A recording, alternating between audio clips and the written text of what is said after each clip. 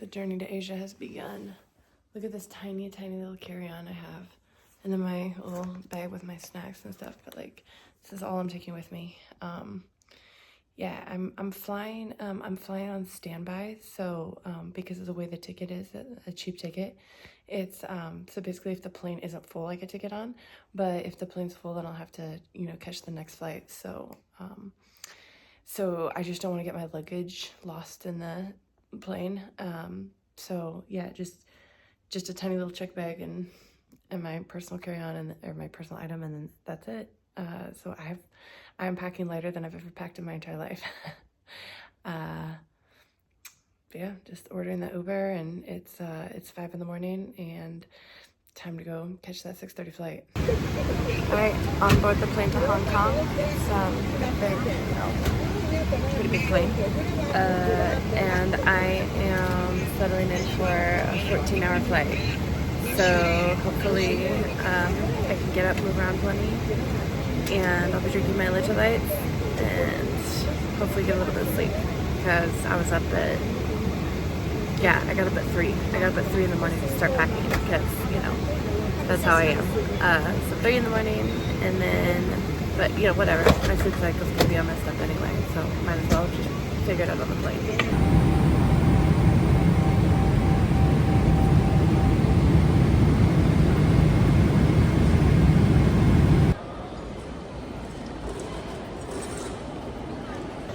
So I am in the Hong Kong airport.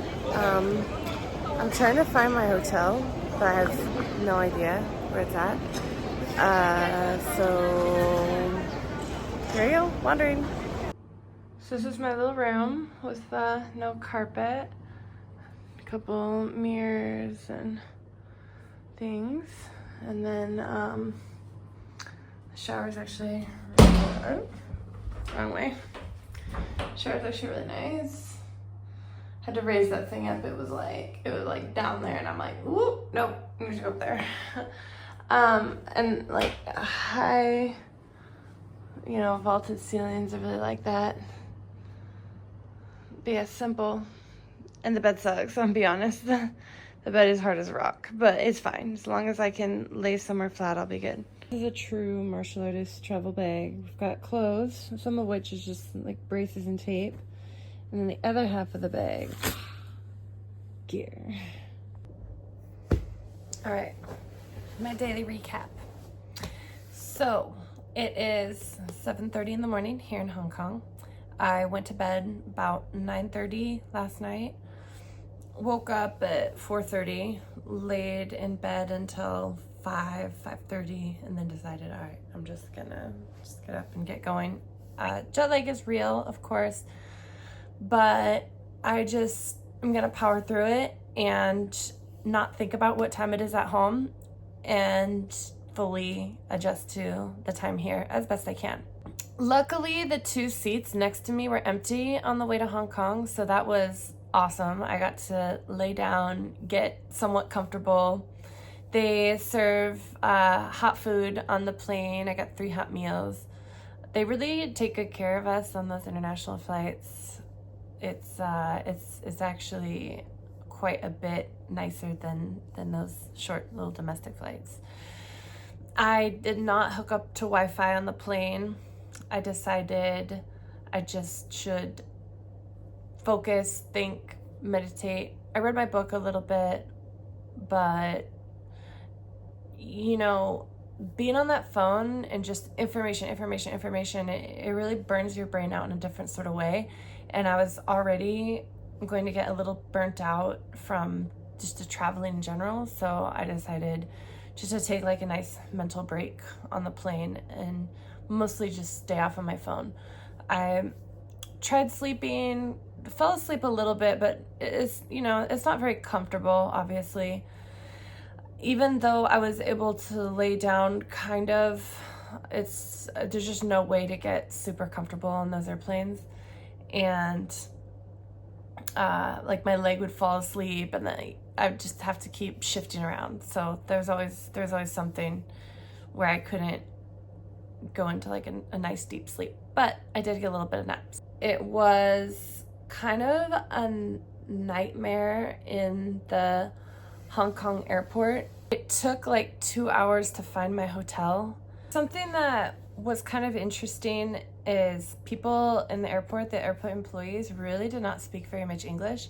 On the airplane, all the stewardesses spoke perfect English and I guess Mandarin, whatever the language is. I think it's Mandarin. So they're bilingual, but at the actual Hong Kong airport, their English is really, rudimentary, which is fine. I mean, I'm the one in their country, so that's okay. I appreciate that they speak any English, but I went to ask a couple of people for directions, and two of them, I mean, they couldn't help me at all. And then two others helped me a little bit, but it was difficult. It was difficult finding my way. But luckily, it's just a short shuttle ride from the airport to my hotel, so I got here. I'm gonna go downstairs and get breakfast in a little bit, check out the food, see what we got. One more thing about the flight, though, is every time the fasten seatbelt sign was off, I was up on my feet walking around trying to stretch my legs, get a little exercise. I need to keep my body fresh for today.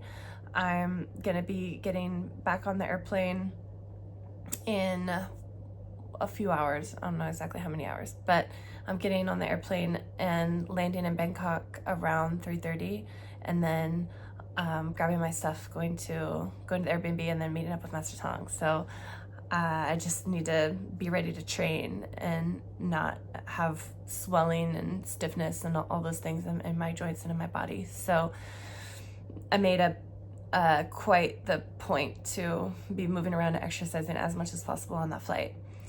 Another thing too that's going to make training a little bit interesting the next couple weeks is I am struggling with the injury on my foot. So I'm going to show you guys, okay? And it's kind of gross, so fast forward this part if you don't want to see. If you're one of these foot people out there, you're welcome.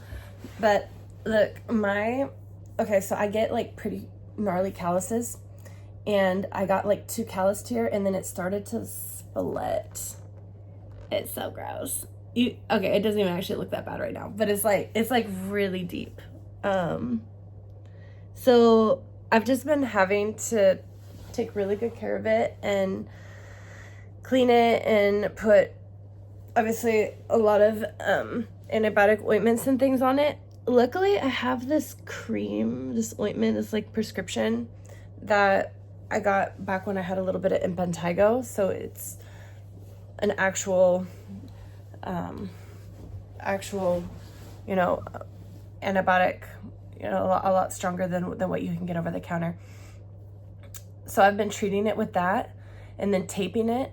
The problem is it'll start feeling good and I'll think, well, not think anything. It will be feeling good and I'll forget about it, and then I'll forget to tape it, and then I'll, go to work out and it just splits open. Because every time I pivot, it's that friction that's causing it to separate, and and it hurts. And the big risk obviously is infection, especially here in different country, different germs. I'm told that there's a lot of staph over in the gyms in Thailand, so I have to be careful about that.